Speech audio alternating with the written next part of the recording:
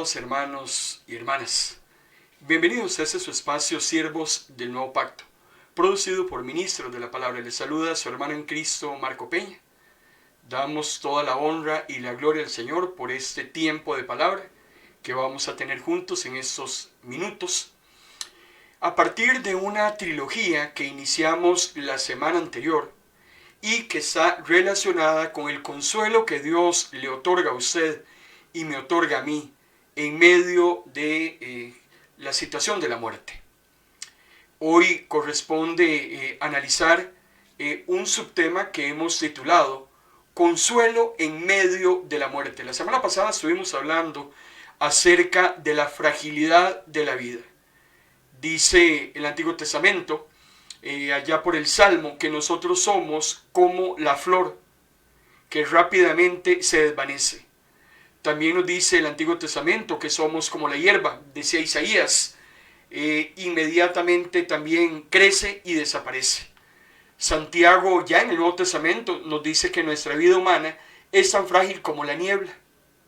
Así aparecemos el ser humano en la palabra del Señor y queda claramente denotado que nuestra vida es frágil. Hoy estamos, mañana no. Si Dios dice que se acabó, pues se acabó. El tema de esta tarde que hemos titulado Consuelo en medio de la muerte es interesante porque a veces pasamos por alto el tema de la muerte. Estamos muy ocupados viviendo que se nos olvida que la muerte también es parte esencial del ser humano.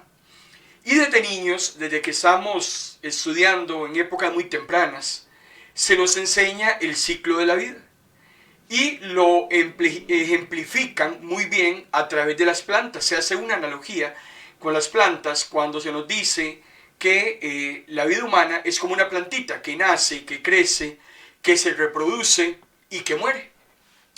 Y el último paso de ese ciclo es un tema que a nadie le gusta conversar, a nadie le gusta hablar de la muerte. El asunto con la muerte es que cuando sucede, cuando llega un familiar, un amigo, un conocido, nos regresan a usted y a mí a una realidad que tarde o temprano todos vamos a tener que enfrentar. Y decíamos la semana anterior que aquí no se trata de ser adinerado o ser pobre, no se trata de determinada nacionalidad, de género, mucho menos de edad. Decir que se mueren los viejos, nada más, eso es una falacia. En ese momento están muriendo muchísimos de nuestros jóvenes.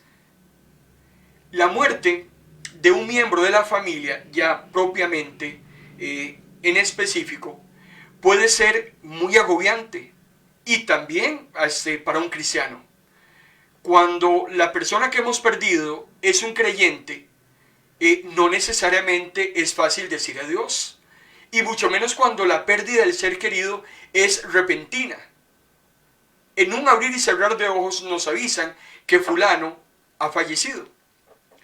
Por eso es que el tema del duelo es algo muy importante, es algo muy apropiado y es algo que nosotros definitivamente tenemos que esperar y tenemos que atravesar. Cuando vamos al Evangelio de Juan, en el capítulo 11, versículo 33 al 36, dice que Jesús, al ver llorar a María y a los judíos que la acompañaban, se conmovió mucho y se turbó. Y él les preguntó, ¿dónde lo sepultaron? Está preguntando por su gran amigo Lázaro. Ellos le respondieron, ven a verlo, Señor. Y dice que Jesús lloró. Los judíos inmediatamente dijeron, miren, cuánto lo quería. Jesús en su naturaleza humana se compunge ante la muerte de su gran amigo Lázaro. Y también porque las hermanas que quedaron vivas, Marta y María, estaban muy tristes por la pérdida de su hermano. Y esas mujeres también eran muy amadas por Jesús. Cuando un pecador muere, porque vamos a diferenciar lo que es la muerte de un justo y la muerte de un injusto. La muerte de un pecador y la muerte de uno que no es pecador. Cuando un pecador muere, amado hermano y hermana, definitivamente nos lamentamos por la muerte de ese pecador, porque como lo vamos a ver más adelante, nosotros tenemos claro cuál es el destino eterno de ese pecador que ha muerto sin el Señor. Pero cuando es un creyente el que muere, nos lamentamos, pero no del creyente que acaba de fallecer. Nos lamentamos más bien nosotros de nosotros mismos, porque él ya está en la presencia del Señor. Nosotros todavía estamos en esta tierra. Cuando despedimos los restos mortales de un creyente, lo último que vamos a ver cuando se nos permite observarlo antes de introducirlo a la tierra, al nicho o incinerarlo, qué sé yo, lo que vaya a ocurrir, esa última mirada que nosotros hacemos en el féretro al fallecido, lo único que vamos a contemplar es esa vieja vivienda que él en ese momento está abandonando. El mismo Juan en Apocalipsis capítulo 14, muy interesante en el versículo 12 y 13, hablando acerca de los creyentes que mueren con el Señor, dice el apóstol Juan: ahora, aquí se verá la paciencia del pueblo santo, que obedece los mandamientos de Dios y es fiel a Jesús. Oí entonces una voz que me decía desde el cielo: escribe esto. Dichosos los que de ahora en adelante mueren unidos al Señor, dice el Espíritu, porque cesarán para ello las penas y las tareas, y Dios los premiará por sus acciones. ¿Cuál es una de las grandes ventajas de morir, pero morir con el Señor? Apocalipsis capítulo 14 lo está diciendo. Una persona que muere con el Señor, número uno, es una persona dichosa. El creyente, el hijo y la hija de Dios que mueren con el Señor son dichosos. Dichoso es bienaventurado. Son dignos de ser envidiados. Porque dice el texto que van a cesar para ellos las penas y las tareas, e inmediatamente van a recibir el premio de Dios por sus acciones. Esa es la gran diferencia con el que muere sin el Señor. El que muere con Cristo inmediatamente deja de sufrir. Si estaba enfermo, se acabó la enfermedad, se acabaron las lágrimas, las carencias, todas las penurias y aflicciones que vivimos en este mundo. Se acabaron las tareas, ya no hay nada que hacer. El Señor dijo: hasta aquí, y hasta aquí llegó toda nuestra permanencia en este mundo, y lo que pudimos haber hecho para la obra del Señor se termina en el momento en que Dios así lo decide. Pero inmediatamente el que muere con Cristo, dice Apocalipsis, que es premiado por Dios por sus acciones. Y algo muy importante que también encontramos en la Biblia, y que creo que ya se los había comentado a ustedes ahora que hemos estado viendo el libro de Apocalipsis, es que un hijo de Dios nunca muere. Grábese eso en la cabeza. El hijo de Dios, según el apóstol Pablo, los hijos de Dios duermen. Pero no estamos hablando de una animación suspendida, porque para Pablo dormir es sinónimo de descanso. En el momento en que los hijos e hijas de Dios abandonan este mundo, lo que hacen es descansar. Eso es lo que estaba diciendo también Juan en Apocalipsis capítulo 14. Tal vez usted ha tenido la oportunidad de ver o comparar una persona dormida con una persona que ha fallecido. Cuando usted está dormido, parece que está muerto. Tal vez la única indicación de que usted no está muerto es tal vez cuando está roncando. Entonces decimos: sí, mira, qué escándalo. Mientras está durmiendo está roncando. Quiere decir que no está muerto. Pero una persona muerta y una persona dormida, amado hermano y hermana, son muy parecidas. Por eso es que el mismo apóstol Pablo decía en la primera carta a los Tesalonicenses, capítulo 4, versículo 13, hermanos, no queremos que ignoren lo que pasa con los que duermen, para que no se pongan tristes como esos otros que no tienen esperanza. Y ese versículo 13 del capítulo 4 de la primera carta del apóstol Pablo a Tesalonicenses se las trae, es muy cruda y es importante entender lo que nos está diciendo el pasaje. El apóstol Pablo hace una separación de dos tipos de personas que han fallecido. En primer lugar, nos dice que usted y yo no deberíamos ignorar lo que pasa con aquella persona que duerme. Para que no nos pongamos tristes, está hablando de la partida de un ser querido, está hablando de la partida de una persona amada que tenemos la seguridad de que ha partido con el Señor. Y por eso es que el apóstol Pablo nos dice: no ignoren lo que sucede con esa persona que no murió, sino que está dormida. Y eso nos consuela a usted y a mí y nos ayuda a paliar la tristeza por la ausencia de esa persona. Porque usted y yo sabemos, y aquí se aplica, que esa persona está en un lugar mejor. Es increíble, vamos a funerales, llegamos a las funerarias, llegamos a las iglesias, llegamos a los cementerios y siempre escuchamos el mismo estribillo para todas las personas que mueren. Siempre escuchamos decir, no se preocupe, en ese momento está en un lugar mejor en el cielo, ya está en los brazos del Señor, que descanse en paz. Usted tal vez ha escuchado esos estribillos, que Dios lo tenga en su santa gloria. Pero hermano y hermana, a mí la Biblia me es totalmente clara que no todos están en la santa gloria. A mí la Biblia me dice que no todos están descansando en paz. A mí la Biblia me dice que no todos los que han fallecido están en un mejor lugar. Y eso, aunque suene muy crudo, aunque suene muy difícil de digerir, hermano y hermana, así lo dice la Biblia y nosotros no podemos mentir al respecto. Pablo está haciendo una separación de los que duermen con el Señor y al final del versículo 13 nos dice, y no se pongan tristes como esos otros que no tienen esperanza, porque no todos los que mueren tienen esperanza. Tienen esperanza únicamente los que mueren con Cristo, porque si Cristo resucitó, también resucitarán todos aquellos que lo han aceptado como suficiente Salvador y Señor. Eso es lo que nos dice el apóstol Pablo en la primera carta a los Corintios en el capítulo 15. Pero los que mueren sin el Señor, amado hermano y hermana, no tienen esperanza. Por eso los primeros cristianos empezaron a llamar a esos lugares de entierro cementerios. Cuando usted escucha la palabra cementerio, el significado de esa palabra es dormitorio, es lugar para dormir. Los que en ese momento están en el cementerio durmiendo son solamente aquellos hombres y mujeres que son hijos de Dios, los únicos que en el cementerio en ese momento tienen esperanza de resurrección para vida eterna. Eso lo dice la Biblia. El creyente duerme con una esperanza, con la esperanza de resucitar, pero no así los otros. O sea, estamos hablando de los injustos. Por eso a mí me causa mucha gracia, porque este mundo ve a todas las personas exactamente de la misma manera. Usted no ve un muerto malo, ni ve un bebé feo.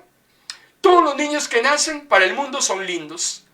Todas las personas que mueren para ese mundo eran buenas personas, buenos hijos, buenos vecinos, no se metían con nadie, excelentes trabajadores, personas ejemplares. Tal vez lo decimos como para que el doliente no se sienta mal, pero tenemos que ser claros a la luz de la palabra del Señor qué es una cosa y qué es otra. Cuando hablamos de dormir, también es muy importante que entendamos que no se refiere al alma y al espíritu.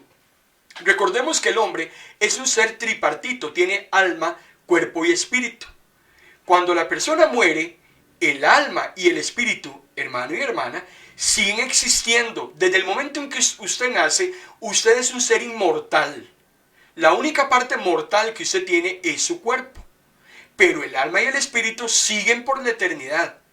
Y una vez que usted fallece, dependiendo de cómo haya sido su vida en ese mundo, cómo haya sido su comportamiento, dependiendo de cómo ha agradado usted a Dios o cómo no le ha agradado, así lo que se hizo en ese mundo es lo que determina nuestra eternidad. Eso a mí me lo dice la palabra. Y eso es claro. No le podemos mentir a nadie porque la Biblia en eso es claro. El alma y el espíritu no mueren, eso nunca va a morir. Lo único que muere es el cuerpo. Para el creyente es el cuerpo el que duerme. Eso lo está diciendo el apóstol Pablo. Cuando vamos a Eclesiastés capítulo 12, versículo 7, decía Salomón en este libro, tu cuerpo vino de la tierra y cuando mueras regresará a la tierra. Pero tu espíritu vino de Dios y cuando muera regresará a Dios. pues es Dios el que lo dio. Ese versículo ha sido muy mal explicado, muy mal interpretado, y el enemigo lo ha utilizado para engañar. El mundo se engaña solo con Eclesiastés capítulo 12 versículo 7, porque dice que toda persona que muere regresa a Dios, que toda alma, todo espíritu que viene a ese mundo, una vez que deja ese planeta, regresa a Dios. Y lo que le mentimos a la gente es cuando le decimos que en ese momento está en la presencia del Señor, porque así lo dijo Salomón.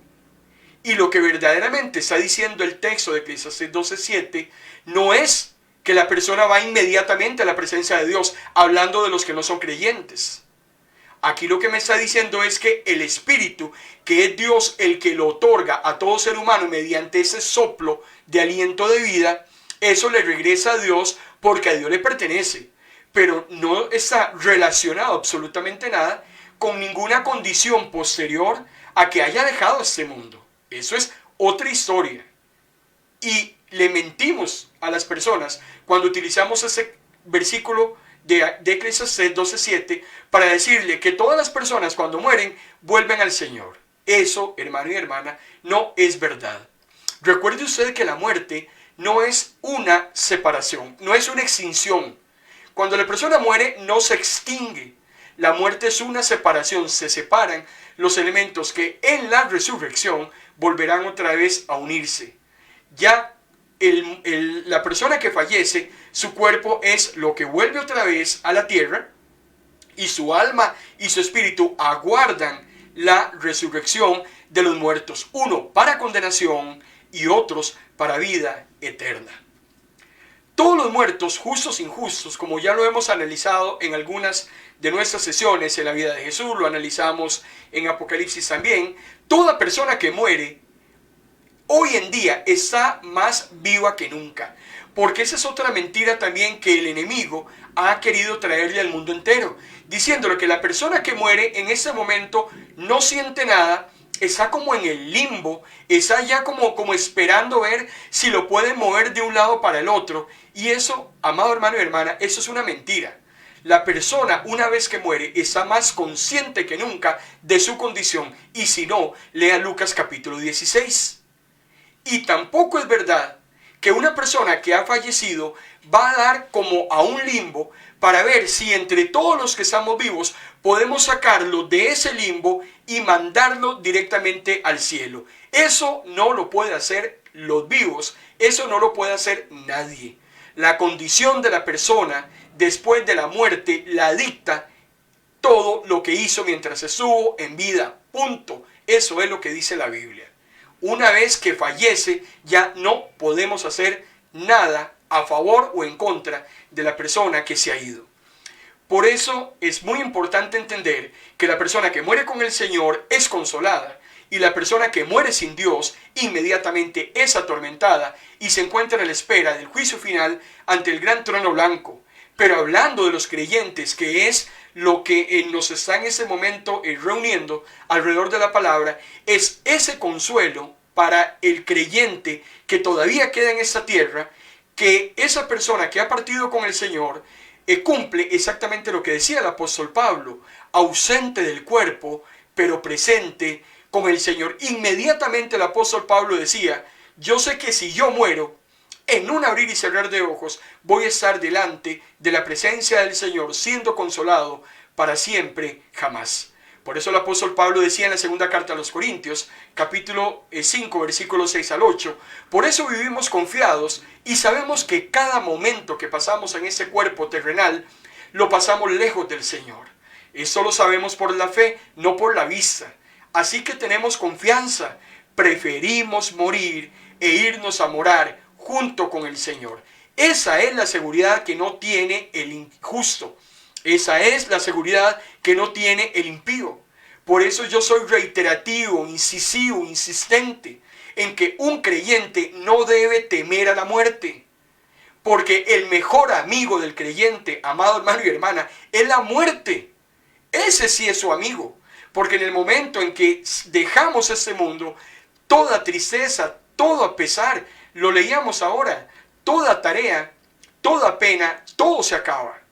e inmediatamente recibimos el premio que Dios tiene para cada uno de aquellos que amamos al Señor. Hay un gran consuelo para el creyente ante la partida de ese ser consanguíneo, ese pariente que se ha ido con el Señor. Nosotros podemos descansar en esa promesa de que el creyente ha partido a un lugar mejor. Ahí sí se cumple ese estribillo. El hijo e hija de Dios que muere con el Señor, ese sí que está mucho mejor que usted y mucho mejor que yo. Por eso no le tema la muerte. No concibo a un creyente temiéndole miedo a morir. Porque el apóstol Pablo dice, yo prefiero 1000 veces, decía el apóstol, estar presente con el Señor, aunque tenga que estar ausente del cuerpo. Y el apóstol Pablo decía en la segunda carta a los Corintios, capítulo 5, versículo 1 al 3, sabemos que cuando esta tienda de campaña, hablando de la fragilidad de nuestra vida, en la que usted y yo vivimos, se va a desmantelar, vamos a recibir de Dios un edificio. Estamos hablando de una construcción, una casa eterna en el cielo, que no es construida por manos humanas. Mientras eso sucede, dice Pablo, suspiramos, pues anhelamos el día en que nos hemos de revestir de aquel cuerpo celestial. Pues en efecto, seremos revestidos y no nos quedaremos desnudos. Esa es una seguridad que solo la puede tener el hijo e hija de Dios, que está seguro de su salvación, que está seguro de que en el momento en que suceda lo inesperado, inmediatamente pasará a morar en la presencia del Señor por toda la eternidad. Por eso, ante la aflicción de la pérdida de un ser querido, Dios inmediatamente se alista para ofrecernos su paz. Y en medio del luto que todos tenemos que pasar en algún momento de nuestra vida, unos antes, unos después, usted y yo, amado hermano y hermana, ante la ausencia del ser querido, podemos experimentar la presencia de Dios cuando nos acercamos a Él en oración y en adoración. Tarde o temprano, esas experiencias que tal vez hoy estamos viviendo van a servir, porque a través de esas experiencias vamos a poder consolar a otros con ese mismo consuelo que usted y yo hemos recibido del Señor. Porque Dios nos consuela para consolar. Recuerde que sus experiencias serán útiles si, solo si, amado hermano y hermana, usted las pone en función de ayudar a los demás. Si no, esas experiencias no sirven. Es muy importante hasta saber dar un pésame. Yo no le puedo decir a una madre que ha perdido a su hijo que lo siento. Siento mucho la pérdida de su hijo porque yo nunca he perdido un hijo.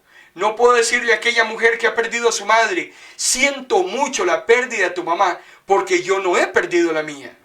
Y por eso es que hasta el dar un pésame debemos, amados hermanos, también aprender a cómo poder acercarnos a los dolientes que están padeciendo la pérdida de un ser querido. Lo más que nosotros podemos hacer es acercarnos a la persona, demostrarle cuánto le amamos, demostrarle que en el amor del Señor también somos su familia, que estamos compenetrados con la situación que está viviendo y que estamos en la mayor disposición de orar por ella, de orar por su familia, de bendecirlo, de acordarnos en cada momento que podamos para pedirle al Señor que consuele a esa alma y que le ayude a atravesar en ese trance que está pasando. Es lo más que nosotros podemos hacer. Pero más adelante, en las próximas sesiones, vamos a ahondar un poco más acerca de cómo poder ayudar a una persona que está afrontando una situación de este tipo y cómo nosotros como hijos e hijas de Dios podemos ponernos a disposición de esas personas para ayudarles a paliar un poco la tristeza de la ausencia del ser querido. El tema apenas empieza. Mañana martes, si Dios lo permite, continuamos a las 4 de la tarde, hora de Costa Rica, 7 de la noche, hora de Argentina. El próximo jueves y viernes también vamos a estar continuando con este tema. Si usted no nos puede ver y escuchar en vivo, les recordamos que todos nuestros mensajes quedan en nuestras diferentes plataformas. Este mensaje que estamos transmitiendo en Facebook Live queda en nuestro perfil de Facebook. Usted puede después verlo en diferido, lo puede volver a repasar. Si usted cree que ese mensaje puede bendecir a alguna persona que está necesitando de esa palabra, usted también lo puede compartir. Lo que recibimos de gracia, amado hermano y hermana, también lo damos de gracia. Padre, en el nombre de Jesús, gracias te damos, Señor, por esta oportunidad que nos das de poder llegar, Señor, donde todos aquellos que necesitan escuchar esta palabra. Recibe toda la honra, recibe toda la gloria, Señor. Gracias por ese consuelo que tú nos das, por esa paz que viene de ti. Mi paz os dejo, decías, mi paz os doy, no la paz que el mundo ofrece. Es esa paz que solo puede venir de lo alto, es esa paz que enjuga nuestras lágrimas, es esa paz que nos da sosiego en los momentos de mayor desesperación. Gracias te damos, Señor, por este tiempo. Te alabamos y te honramos en el nombre de Cristo Jesús. Amén. Yo quiero, amado hermano y hermana, invitarlo porque mañana vamos a hablar acerca del proceso del duelo. El duelo se divide en diferentes etapas y vamos a ir haciendo el análisis de cada una de ellas. Todos aquellos que perdemos un ser querido tenemos que pasar por un duelo. Es un proceso que todos tenemos que llevar. Es un proceso que es sano y es necesario. De eso empezaremos a hablar mañana y muy probablemente nos va a llevar 1 o 2 sesiones hasta que podamos ahondar todo el protocolo del luto que tenemos que atravesar cuando perdemos a un ser querido. También quiero invitarle hoy en la noche, 8 de la noche, hora de Costa Rica, 11 de la noche, hora de Argentina, continuamos con el Antiguo Testamento. Y vamos a estar hablando seguimos hablando de la creación. Pero ahora queremos conversar qué pasó con aquello tan hermoso que hizo Dios en su momento y qué está pasando con la creación hoy en día. Hablamos de terremotos, hablamos de volcanes en erupción, hablamos de grandes desastres climatológicos, hablamos de sequía, hablamos de hambre. ¿Por qué se está dando toda esta situación? De eso quiero conversar con usted en nuestro espacio de Antiguo Testamento hoy, a partir de las 8 de la noche, hora de Costa Rica, en nuestra plataforma de YouTube. Por mi parte, amado hermano y hermana, muy agradecido con su preferencia. Esperamos haberle bendecido a través de la palabra.